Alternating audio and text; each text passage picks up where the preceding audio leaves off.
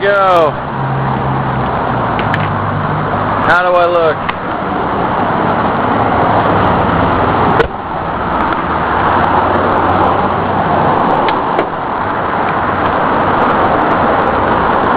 I got to come back out here and add more time. It won't let you buy more time than 2 hours at a top. All part of the one. My concerns are relative to the Supervisor of Elections Office. And I was given two answers which are diametrically opposed to each other, with being totally unresolved as far as the election of November 2nd, 2010. Supervisor of Elections indicates that 12 early voting memory cards were not able to upload to the GEM server. So essentially he says that he sent this system off to the system that coded the cards off to Dominion for look-see to determine the cause of the error. So he's asserting that Dominion is the cause. This was in November 14th, this report came out. Now Dominion sent back as early as March 1 that after performing set of election of memory card and the removing of the memory card from the AccuVote OSX unit, while the unit was still active or a hot removal. So essentially pulling the CD out of the CD burner prior to the song downloading. And not once, but 12 times in a row. Now somewhere between time 2 and time 12, we're not looking at an accident anymore. In a general note, I'll say that elections are being stolen using the machines or the pretext of failures in the machines throughout the state of Florida and throughout the country. And that's a very grown-up statement to go ahead and assert. But 12 times in a row defies logic. That's not an accident. And this issue is completely unresolved. You have two answers and no resolution as to which one is right. Have you ever asked yourself why the Supervisor of Elections hasn't resolved this issue? Also, just speaking of willful blindness, it is a term in law. We have no signature from any county commissioner relative to the sign-off on the canvassing board here. Not one of the county commissioners wish to be a part of this election. You just did honor to Phyllis Busansky this morning by mentioning her name. You could further do honor by getting a resolution together to direct staff to send to the Division of Elections a request to investigate the election as it was held here in Hillsborough County. You do her a great honor, and you do an honor to yourselves to remind the citizens of the state of Florida, the United States of America, and Hillsborough County that you care about the sanctity of the vote here in Florida.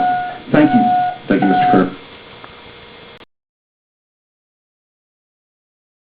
And I too apologize for the actions that took place.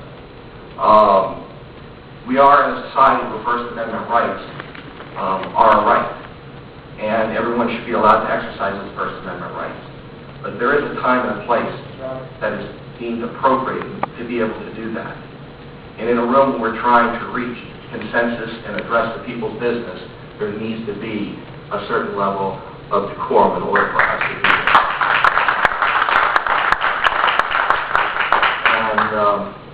You know, as you're talking about ghettoizing now. If that's what you really want to do, if you want to run for office and you're registered to vote and you are a U.S. citizen, move where you want to live and vote. Run. You passed a resolution. Thank you, Mr. Lugo. I have a First Amendment right. Thank you. I think it should go to court. Thank you. Then shall that concludes the public comment portion of the agenda. One person, Commissioner Miller.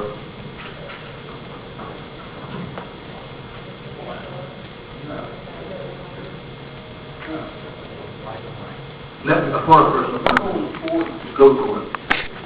See you there. We got good lawyers sitting right there. Mr. Chairman, his comments were not correct. We have built sustainable buildings in Hillsborough County. Somebody else I could try it. I just am of the opinion that,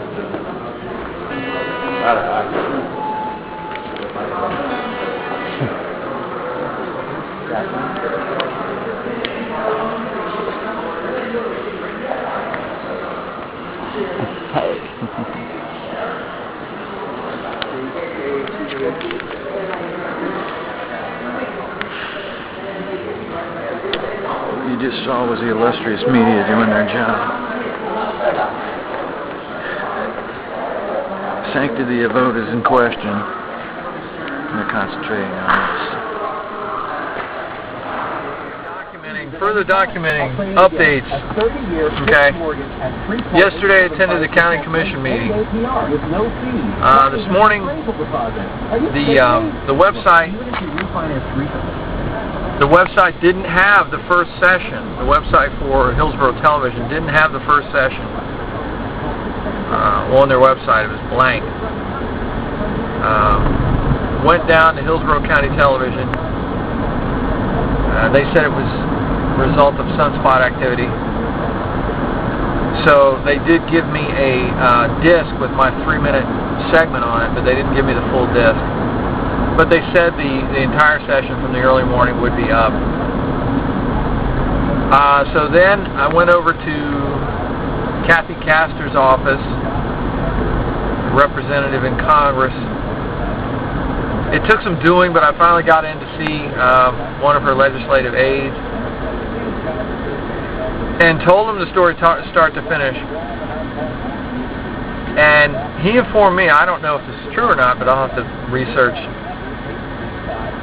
And it's just probably because I don't live over here that I didn't know this, but he told me that Mark Sharp, the county commissioner, had dropped out of the race. Suspended his campaign after the finalization of the district lines came out. So I don't know if that's true or not, but it might have already been reported about in the newspapers, and bad on me for not knowing. But I want to make sure I said this yesterday. I believe I did, but 4 of the county commission members, at least 4, maybe 5, I'll have to take a look at this, were elected the night Rick Scott was elected.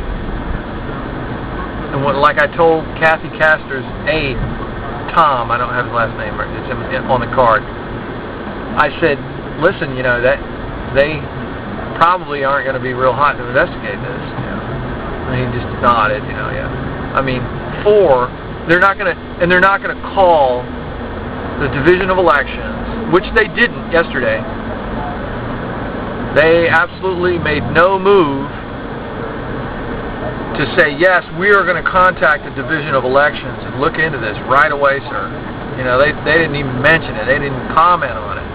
Because, of course, they had the diversionary issue of the entire world beating up on a 78-year-old woman for her unfortunate comments, unfortunate and somewhat racially charged comments, let's say, the previous meeting. So they spent full hour, of course, lambasting a 78-year-old woman.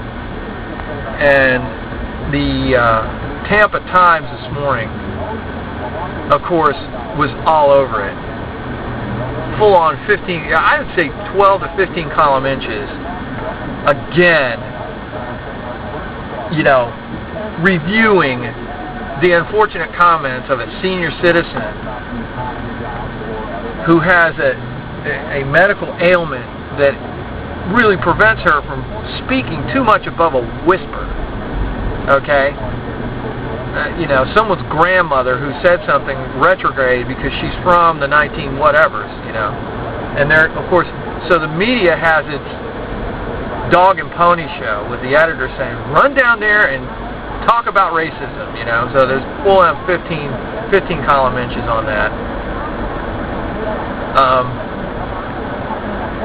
It totally ignores the issue that I brought to the table. But then you can expect this. You can expect this. The editors have been told not to look into it.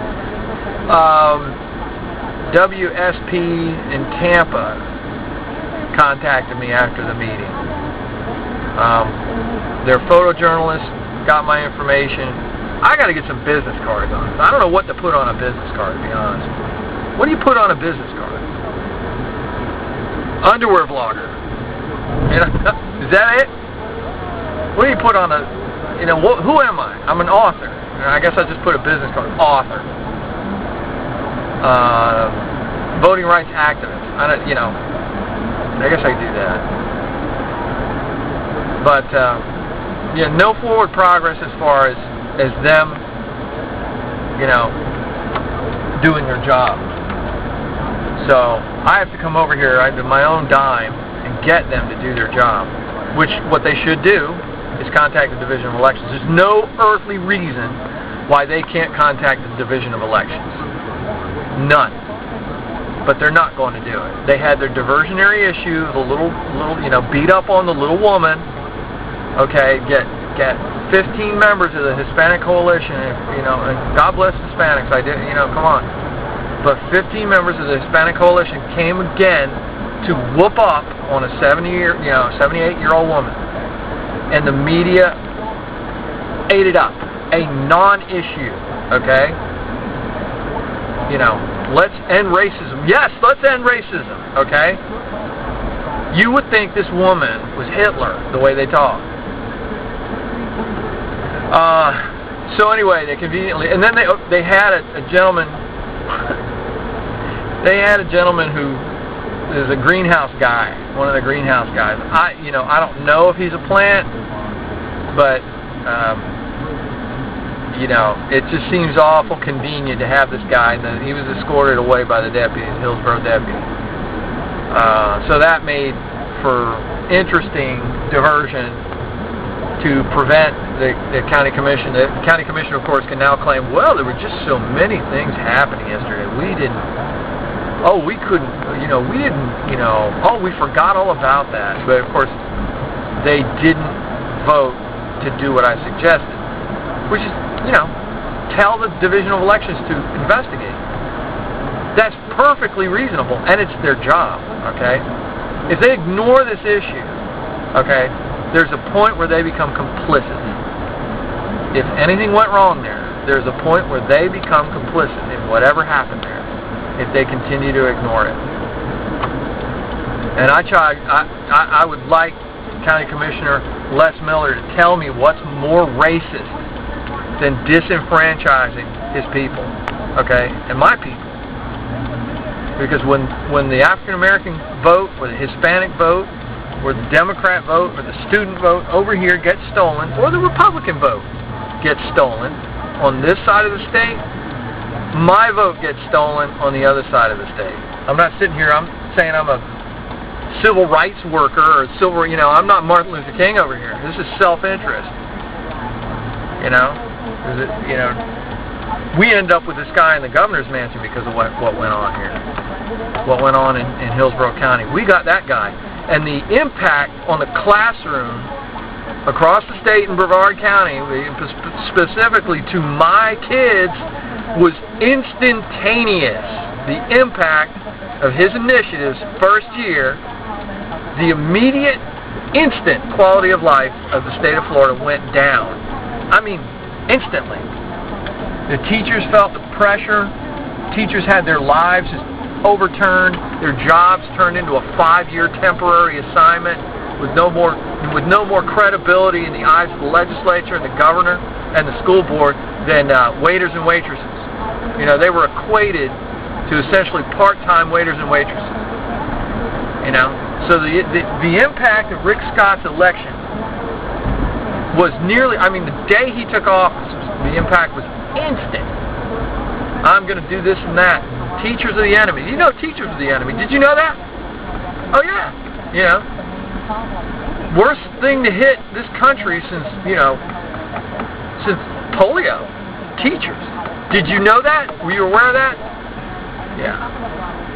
So I'm not over here saying I'm a civil rights worker. I'm not Martin Luther King. I'm not, but I can't. I charge Les Miller to tell me what's more racist than disenfranchisement. What is more apt to bring indentured servitude and slavery of all of us than stealing our votes?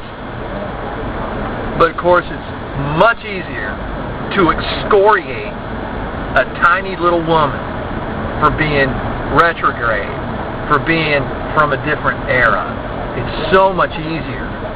Oh, these courageous people beat up on a little old lady. You go and look, ignore those big issues, and the media is just as culpable. Let's ignore a screwed up vote. Let's ignore it. They'll go away, sure. Well, it'll go, sure. Because that always works, to let people steal elections. I give you any number of examples where that works really good. From Uganda, Central America. I mean, where's Jimmy Carter? We don't even qualify for some of the regulations that Jimmy Carter suggested to the governments of Nicaragua. For instance, Nicaragua, when they got their vote back, he was down there trying to, look, this is how you have a proper vote.